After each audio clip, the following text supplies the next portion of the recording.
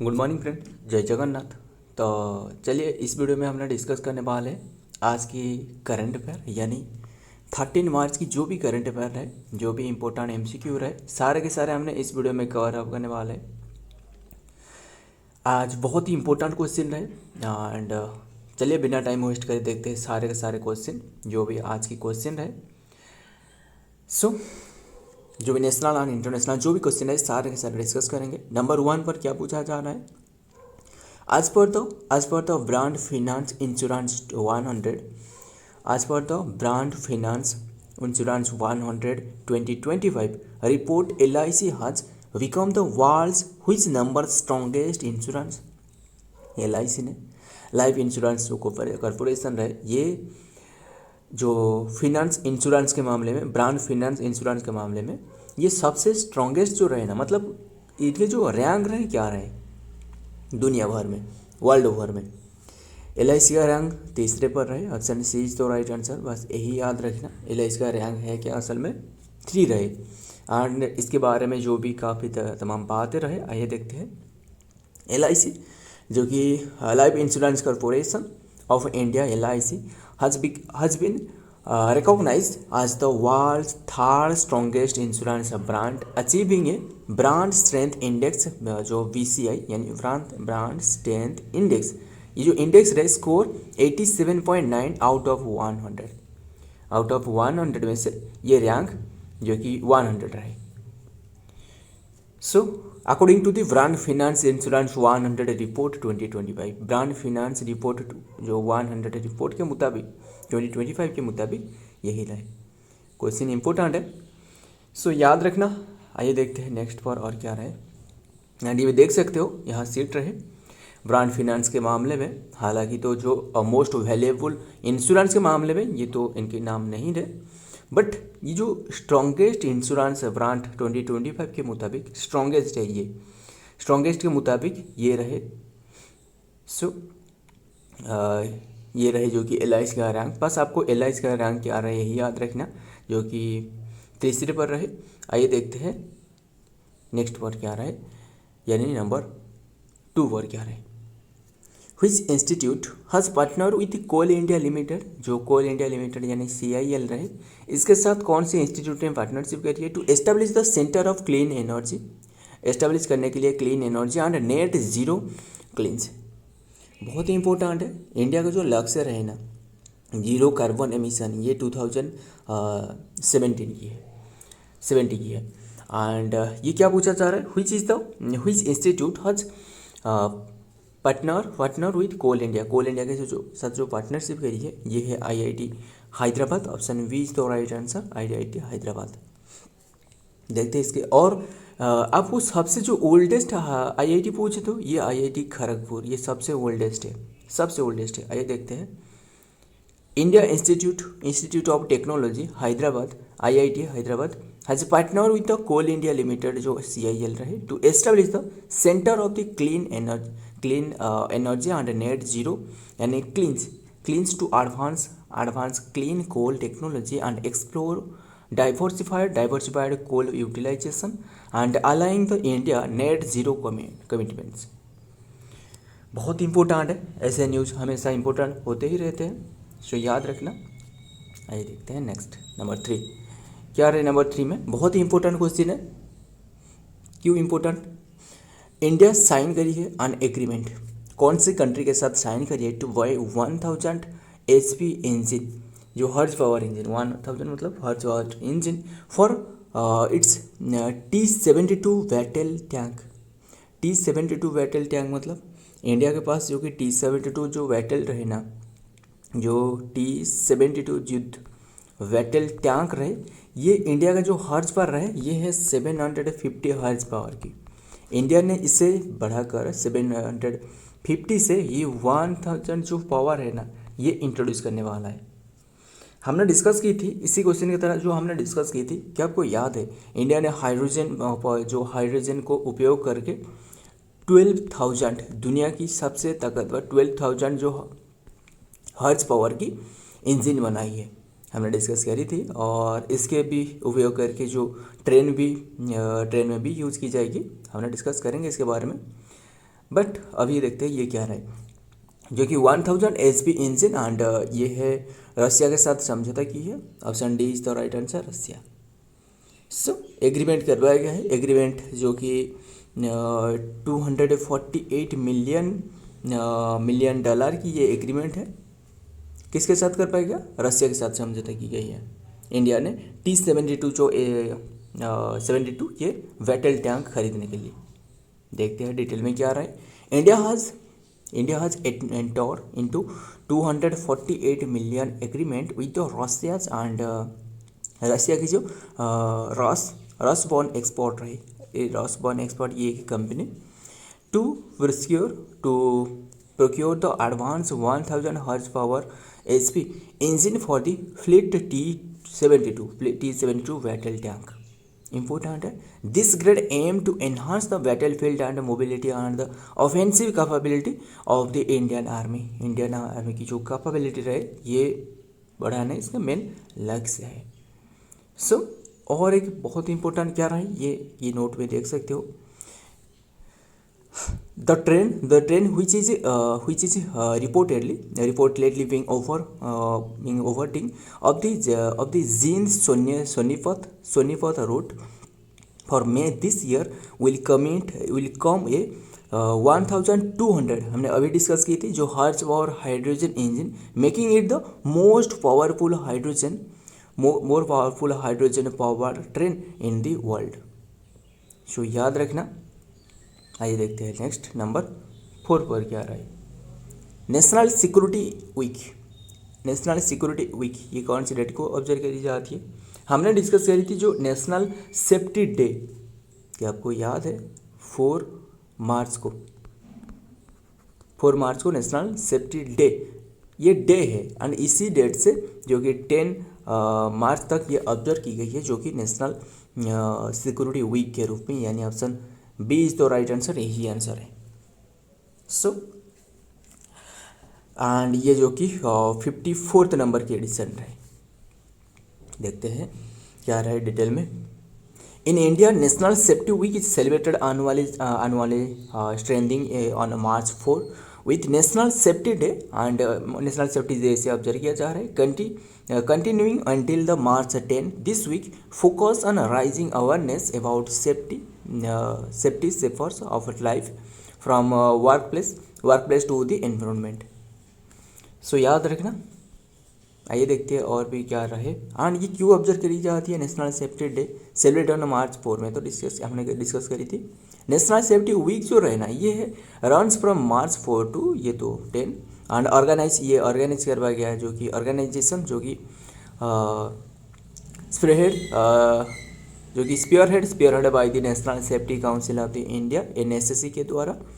And history क्या रहा है इसके हिस्ट्री में, NSSC यानी जो spearhead by the national safety council रहे ये एस्टेब्लिश कर पाया गया था जो कि March 4 1966 में। And national safety day was formally celebrated from the first time 1972 से फर्स्ट टाइम ये सेलिब्रेट करवाया गया था। सिग्निफिकेंस क्या रहे, to promote the work place को प्रमोट करना सेफ्टी करने के लिए and raise public awareness about safety regulation and encourage a protective approach to this safety, यही है। सो आइए देखते हैं एंड बात करें मार्च की, हमने कल डिस्कस नहीं कर पाई थी। आइए देखते हैं अभी सारे के सारे डिस्कस करते हैं। 1 मार्च ये है जीरो डिस्क्रिमिनेशन डे, 1 मार्च वर्ल्ड सिविल डिफेंस डे, 1 मार्च को self injury awareness day SIAD day, 2 मार्च ये है एम्प्लॉय अप्रिसिएशन डे, 3 मार्च ये है वर्ल्ड वाइल्ड लाइफ डे, बहुत इंपॉर्टेंट डे है। 3 मार्च ये है वर्ल्ड हियरिंग डे, 3 मार्च ये है नेशनल सेफ्टी डे, 5 मार्च ये है पंचायत राज दिवस ये उड़ीसा में, 8 मार्च ये है इंटरनेशनल वुमेन डे, 8 मार्च ये है रामाकृष्णा जयंती, 10 मार्च ये है CISF राइजिंग डे, 14 मार्च ये है पाई डे, 15 मार्च ये है world consumer right day.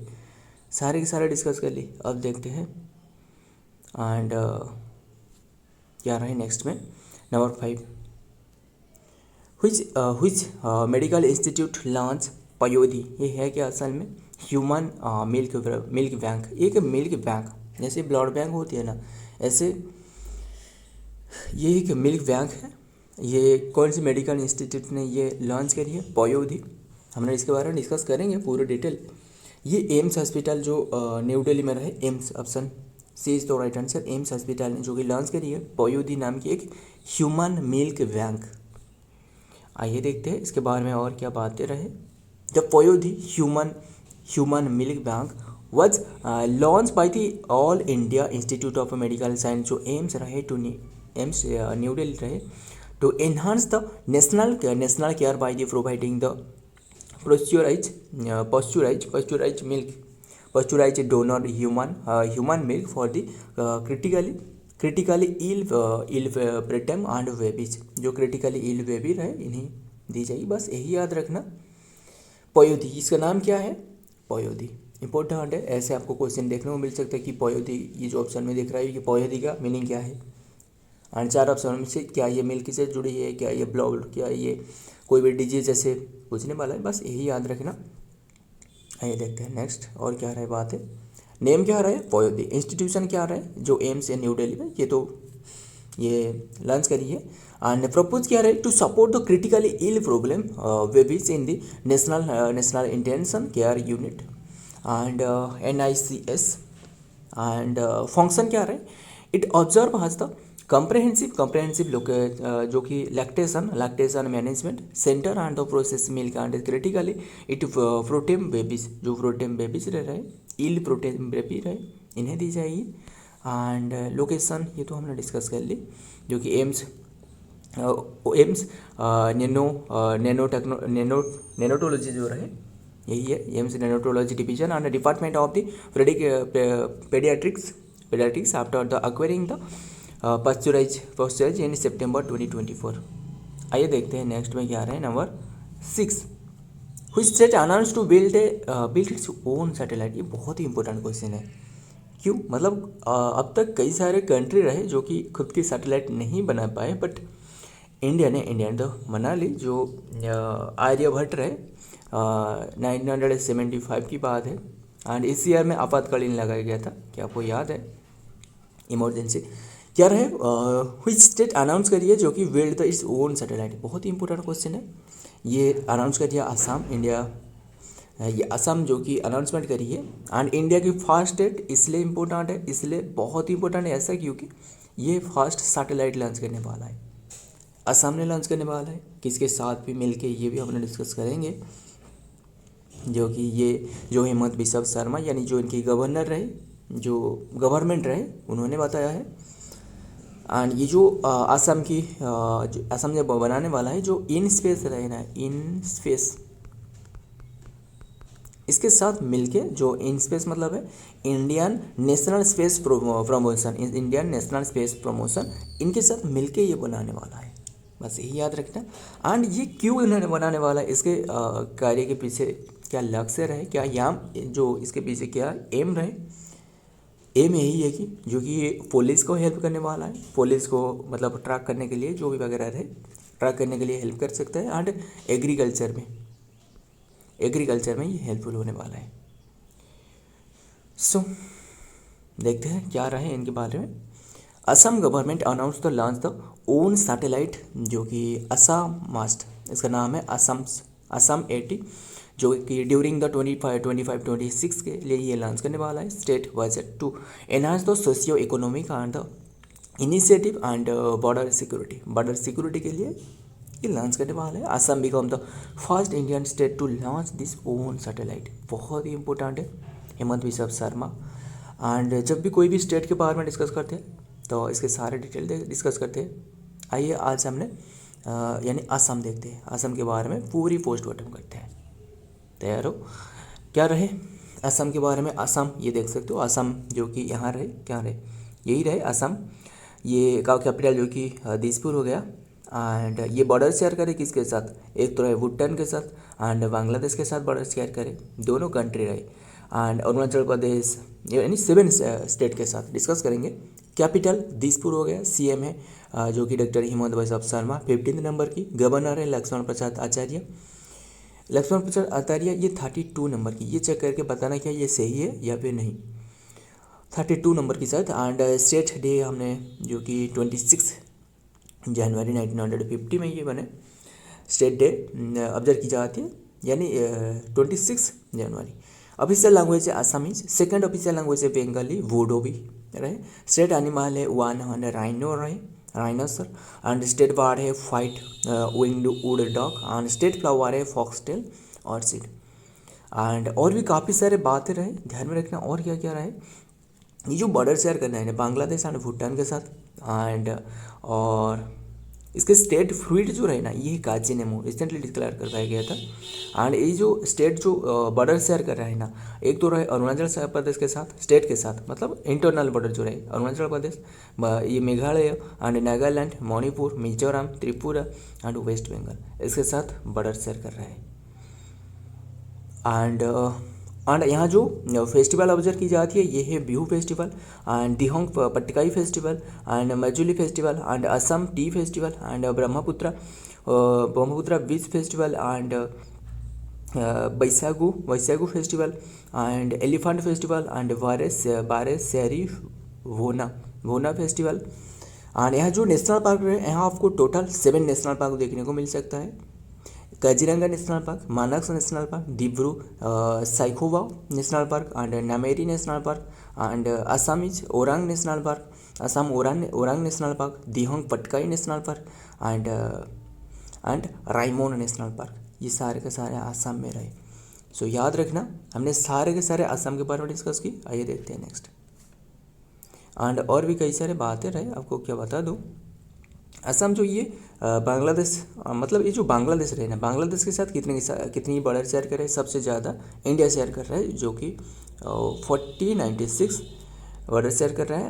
And और इसके बाद यहाँ जो और नेपाल के साथ पूछे तो इंडिया जो नेपाल के साथ बॉर्डर शेयर कर रहा है, ये है नेपाल के साथ जो बॉर्डर शेयर कर रहे हैं 1751।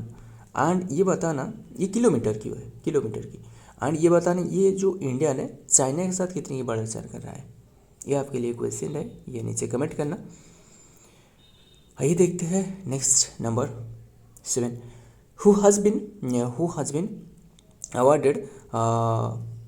Awarded the players of the tournament in the recently concluded जो आईसीसी चैंपियंस ट्रॉफी 2025 है। इससे जो प्लेयर ऑफ द टूर्नामेंट है वो है कौन, प्लेयर ऑफ द टूर्नामेंट ये है रिजिन रविंद्रा, ऑप्शन ए तो right answer, resin Ravindra.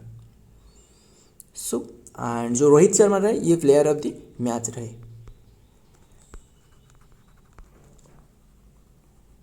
Player of the match, आइए देखते हैं इनके बारे में डिटेल क्या रहे। एंड इंडिया तो ओन करी, ये सभी को पता है।